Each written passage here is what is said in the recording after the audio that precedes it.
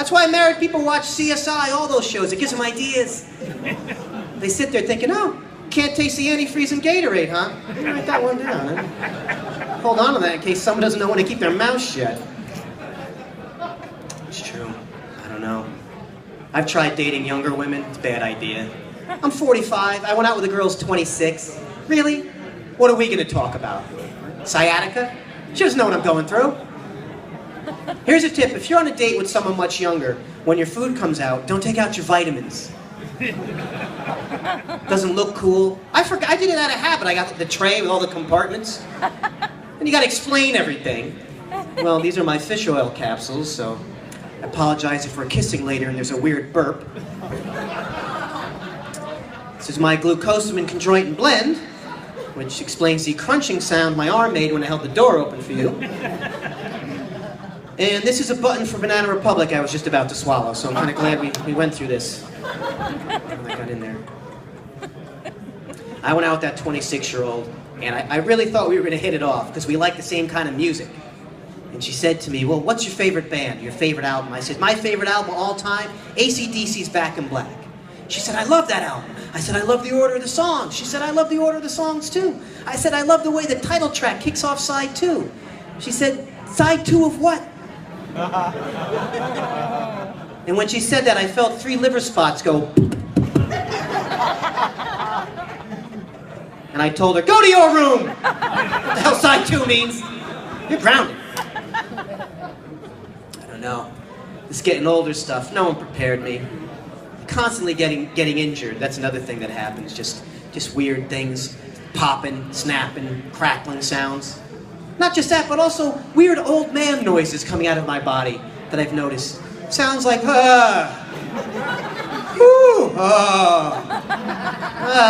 you're throwing some pops. I sound like I'm possessed by Orville Redenbacher. Just like tap tap.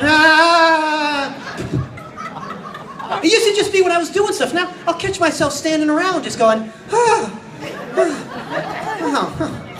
All this remaining upright's really kicking the shit out of me, I gotta be honest.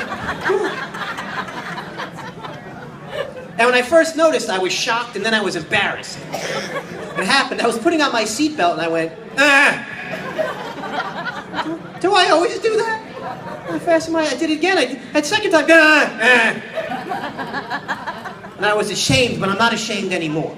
It's a natural part of getting older. So now, I'm not embarrassed. When I make an old man noise, I lean into it. I celebrate it. I make the old maniest noise I can. Oh. I get out of a chair now. I make it to the top without an injury. I'm like, take that, gravity. I win this round. It's true. I get hurt. I threw my back out the other day. Right? What was I doing? Was I wrestling an alligator? Moving a piano? No, I was putting in eye drops. I leaned back too far. I'm afraid to reenact it. I leaned back too far and all the ribs on my left side went like an umbrella. I was stuck like this for 3 hours with Visine running down my face. By the time I straightened up, the rest of the day I walked around like this with one bright white eyeball, like, hey, how's it going? And I'm afraid because I remember the sounds that used to come out of my father. And I don't know what your dad was like. My dad, we'd hear him in the bathroom. He kicked off every morning with 20 minutes of this.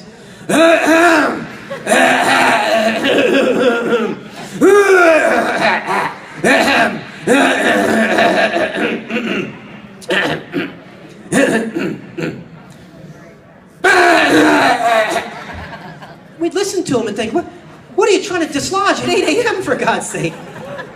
What, did Mom pour styrofoam down your throat overnight? He had a big speech coming up at lunchtime. And we would laugh. My mom would yell at me and my sister, don't make fun of your father. And then she'd yell at him, Frank, stop it. Yeah, I wouldn't have laughed if I'd known it was hereditary. I have the gene. I have the gene. It's ridiculous.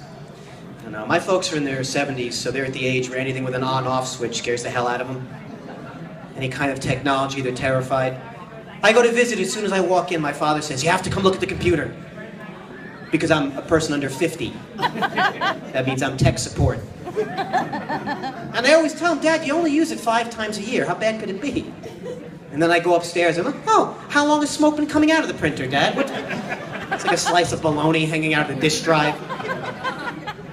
My father, he and his retired friends, their main online activity is emailing each other vacation photos in formats no one can open.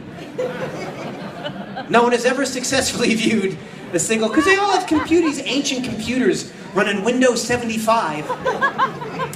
Now I gotta crack the case. I'm fussing with the email. Like, Dad, I think this attachment is an 8-track. How the hell did he do this? I don't know.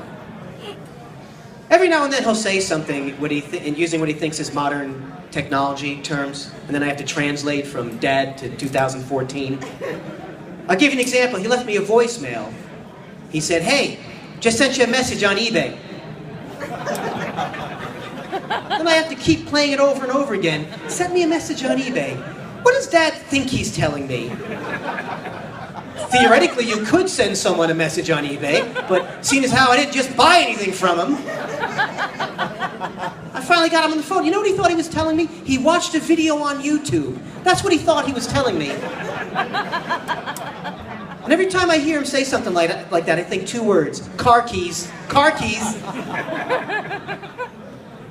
My dad just had a little fender bender.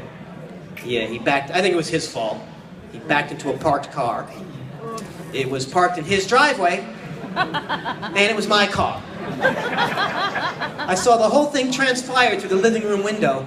I heard him revving up in the garage like a bat out of hell, 8 feet, bam! Into the side of my car, and I ran outside and said, "Oh my God, are you all right?" And I couldn't believe I had to say these words. "Didn't you see my car was there?" And he got mad at me. He said, "Well, your car's not usually there when I back out." I said, "Hey, Dad, let's not drive from memory." Because shit's changing out there in the world. It's changing all the time. He's great, though. I don't know if you've been a passenger with one of your parents recently, but he still does the classic dad move, though, if the car stops short. The karate chop across the throat. You know, to his grown son. Because, you know, the windshield, the seatbelt, these things won't save me. But his 73-year-old arm, snapping a Bruce Lee across my throat's gonna save the day. And I know it won't, because my dad's 73. His reaction time is shot. Okay? I don't care what happens. He's not reacting for quite some time. That's why it doesn't kick in until later. He just goes, "Oh, oh, oh." I'm like, "Dad, we're home. We're sitting on the couch. What are you doing?" He's like, "Oh, oh." My mother's worse because she's shrinking. I don't know if there's any other Italian people here. That's what happens to us. As we get older, we keep getting smaller and smaller. I saw it happen. My grandparents, they turned into little Italian salt and pepper shakers right in front of your eyes. And we don't have height to give. I'm the tallest DeVito ever. 5.5 feet. They asked me to get stuff off the shelves. So my mom drives looking through the steering wheel, like she's holding a hula hoop in her hands. And that's not safe. The other drivers, they don't even know she's in there. They just see the haunted Honda drifting by. So here's what I want to do. I want to get Mom one of those big wooden ship's wheels. You know, the ones with the knobs? And just stick that in the middle of the dash. And that way she can drive standing up like a pirate. Just put a parrot on her shoulder, like, "All right, be going to the deli." I'm a short guy. It's not popular. I'm aware of it. Ladies don't like short guys. It's true. Nothing I can do about it. You know. It's interesting though that you can say, "Oh, you're a short guy, disqualified," but you can't disqualify someone because of their weight, which I think is interesting. People get very sensitive about that. And it seems to me like, well, you can do something about that. My options are limited. Like you get on Slim Fast, there's no Tall Fast. I can't drink a can of Tall Fast, and people say like, "Oh, you look different, Joe. Did you get new glasses?"